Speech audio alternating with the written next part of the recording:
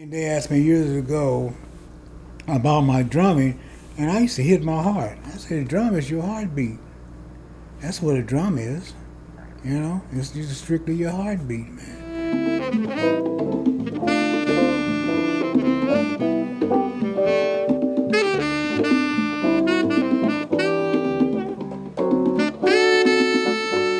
My name is Ramadan Abdul Mumin. My instrument is Conga drums. I play all hand instruments, and my specialty is playing the Conga drums.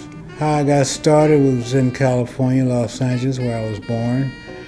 And as a teenager, I used to hang out and hear the Latin music, and I was very enthused.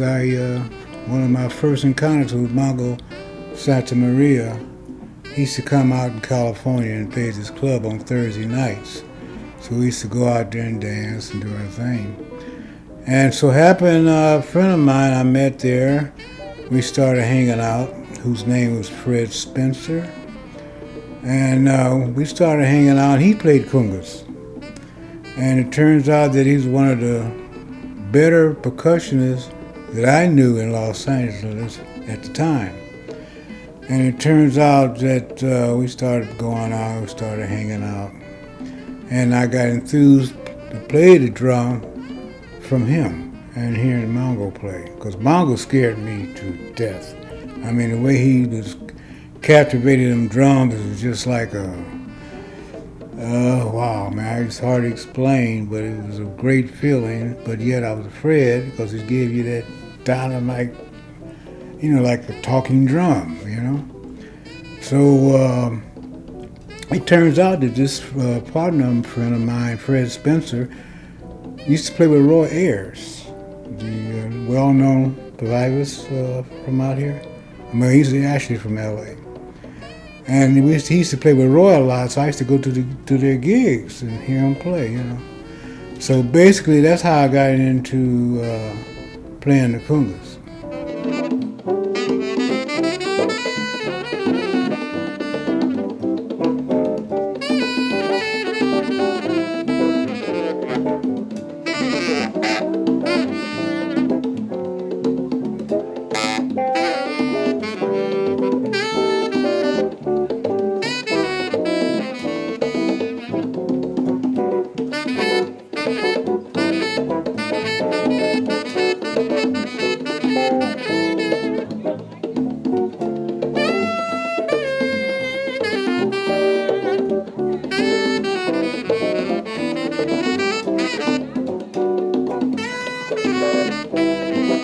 I didn't get into R&B now until really when I moved to Detroit, Michigan, which was another story.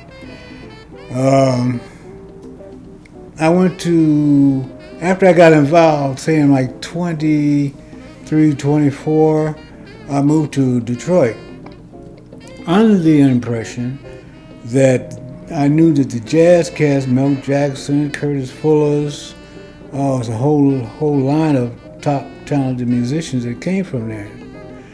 That I wanted to meet these cats, hear these cats' music. But when I moved there, come to find out, they was all gone. They moved on to New York City. So there I am, I didn't know what to do. So this is when I was introduced to Motown. And I started playing R&B. There was a percussionist that was on the staff of Motown. And his name was Eddie Bongo. And when he take trips with the band, they needed somebody else there to sub for him while he was gone. So a friend of mine would let me know, and I'll go and do the subbing for him at Motown at that time. I was never really a Motown person. I used like the person I'd heard of playing. And I learned a lot from that. That's what made my career much better, I assume, because I was a world type of musician. I could play all the music. I had the R&B in my mind, I had the Latin coming up, and I grew up on jazz. My mother, come to find out after I'm grown, my father was a jazz musician that I didn't know till I was 30, 40 years of age. And but I remember seeing it as a child, trumpet on the floor. Turns out he used to work with Gerald Wilson.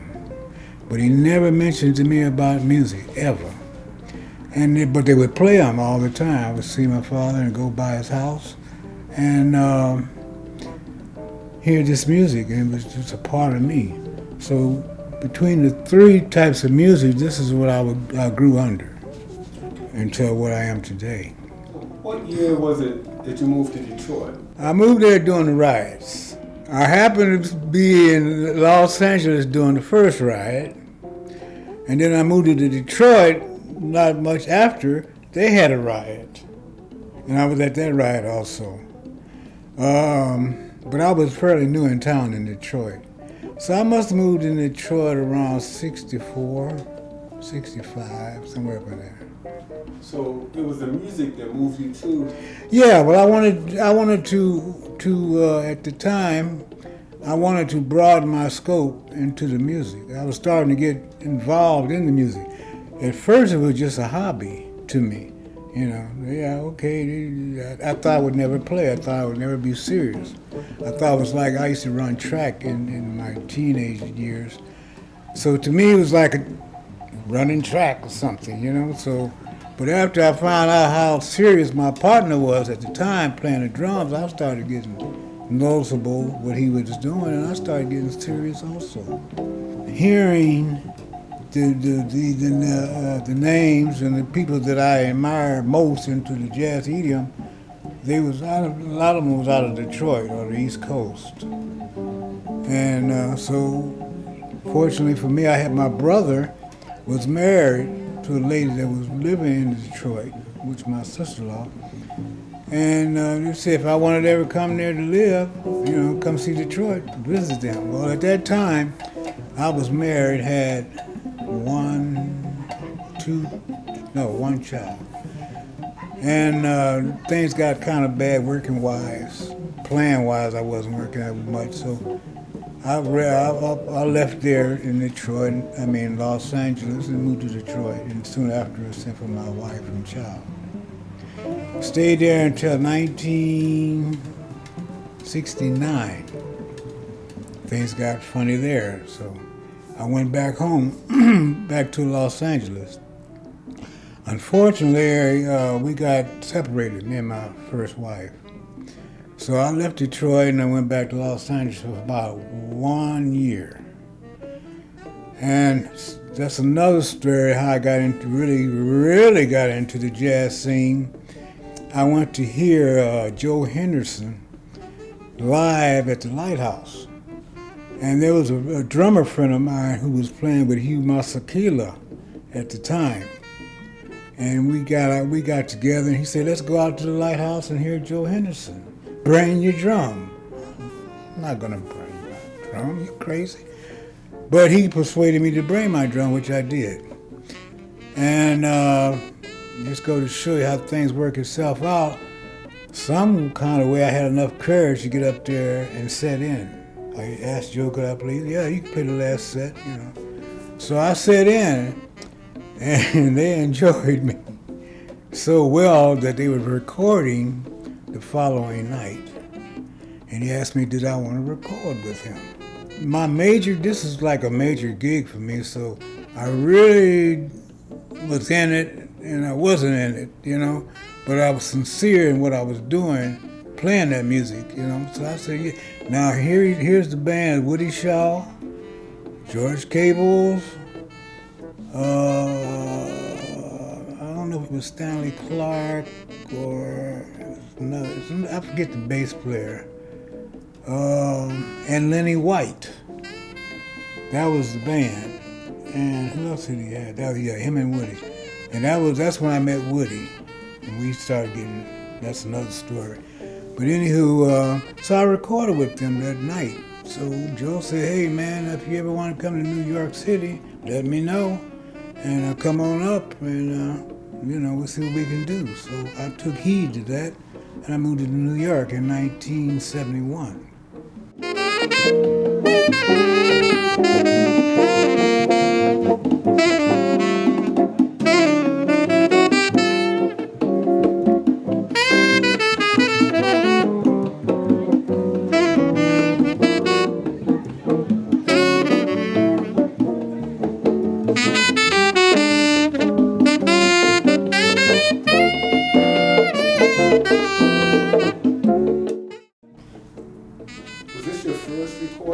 very first. No, I take that back. It wasn't my first recording. I have a cousin musician friend in Los Angeles who's very well known out there. And his name is Henry Franklin. He's a bassist. Call him a skipper. Oh, he got me hooked up with this label that was owned by a black man. It was called Black Jazz. It was black. It was like two black labels in them days, Black Jazz, and then there was another one on the East Coast. Well, this was on the West Coast, and the owner at the time was named Gene Russell, who was a piano player. And for some reason, I hooked up with I did a trio with them. Me, Henry, and Steve Clover, I think that was the drummer's name. Way back in the late 60s, before I left town with Joe. And I already had that one particular experience of being in the studio. But with Joe, that was really my major influence. And I always heard him coming up, playing the music. I always liked his style because the way that he played and came over to me was very inspiring, what he was doing. So it was a marriage, because until the day he died, we turned out to be real good friends. I mean, outside of music and also inside the music. Okay. I moved to New York with my brother. He was there at the time. My brother traveled a lot. He was a tribesman. And at this time, he was in New York. And I went to New York,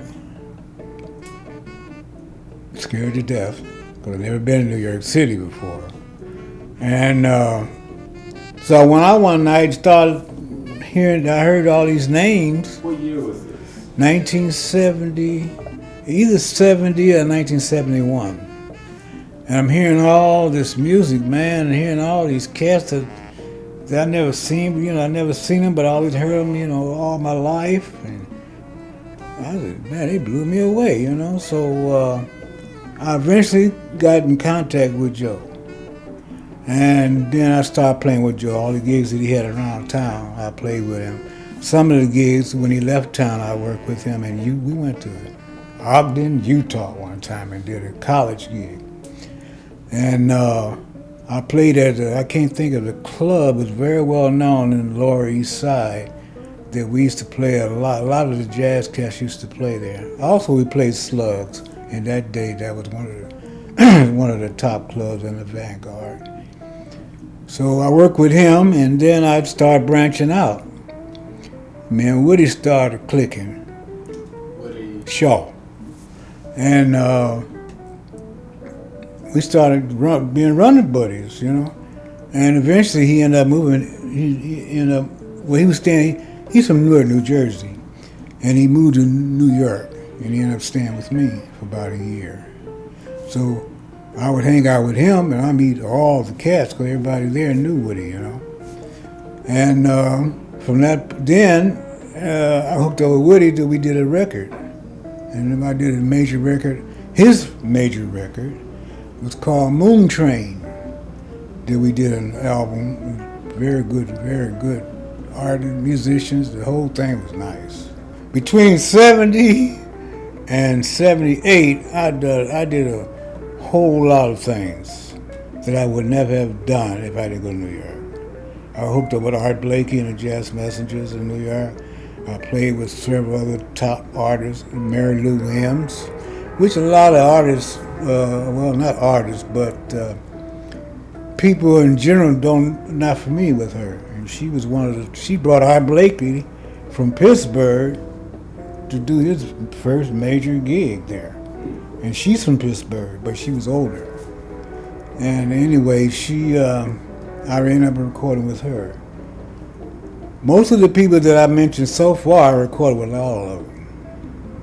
With either one date or two dates.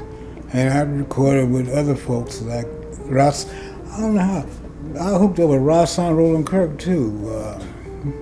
Yeah.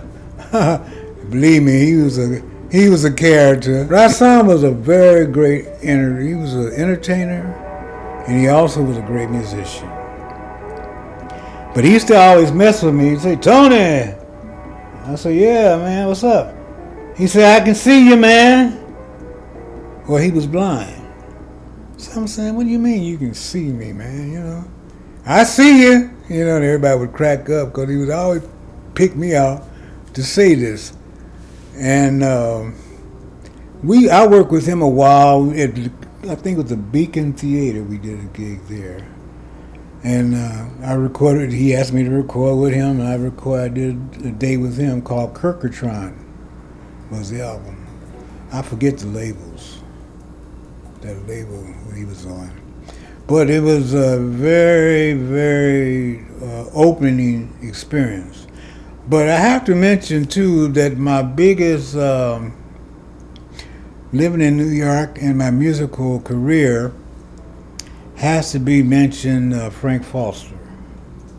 Frank Foster had a big band called the Loud Minority, and I was a part of that. And Frank, for some reason, took me under his wing, and he taught me. Man, he made me talk me into going to school. I went to school for a while. He had me on private gigs that he would do outside the band. Like we used to have. And he would always call me on the gigs, man. I was wondering, you know, why he choose me of all the people, you know, Conga drummer.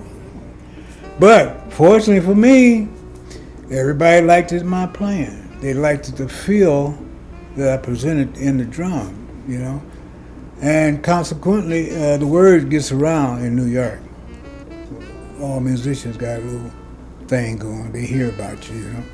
And so after a while, I started being a part of the scene there. So for me to do whatever I wanted to do, I could maneuver and go ahead and do it, you know. I played with the avant-garde cats to find out where they was coming from, because I always used to thought they were cats who just playing the horns.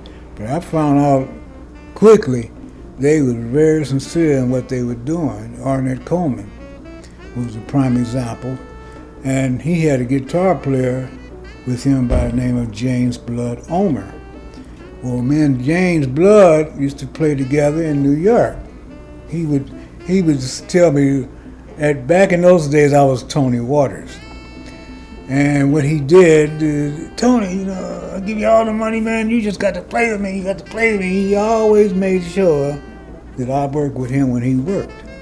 And after a while, I found out this cat was dynamite guitar player. You know, he played with his thumb like Wes Montgomery. And he got a name for himself also in New York. I think he moved out and went back home. But things changed. Frank Foster's band broke up. I think that's one of the reasons why I left New York. After his band broke up around 1978, and things, to me, wasn't looking that great financially. So I had to do something, but I didn't want to go back to California. So fortunately, I meet this girl going back to California because I had no place to go, and she was an airline stewardess. And we hit it off, and turns out she was from Georgia. So she said, you need to come and check out Georgia. So I said, Georgia, I said, never heard nothing bad about Georgia. I ain't never heard nothing good about Georgia. So maybe I need to check Georgia out. So I came, end of 78, and saw what I came in around September when everything looked so fantastic. Trees, and I said, oh man, this kind of reminds me of home, the trees, and it just seemed like a paradise in a way. I'm not speaking about the people, it was just the way it was laid out.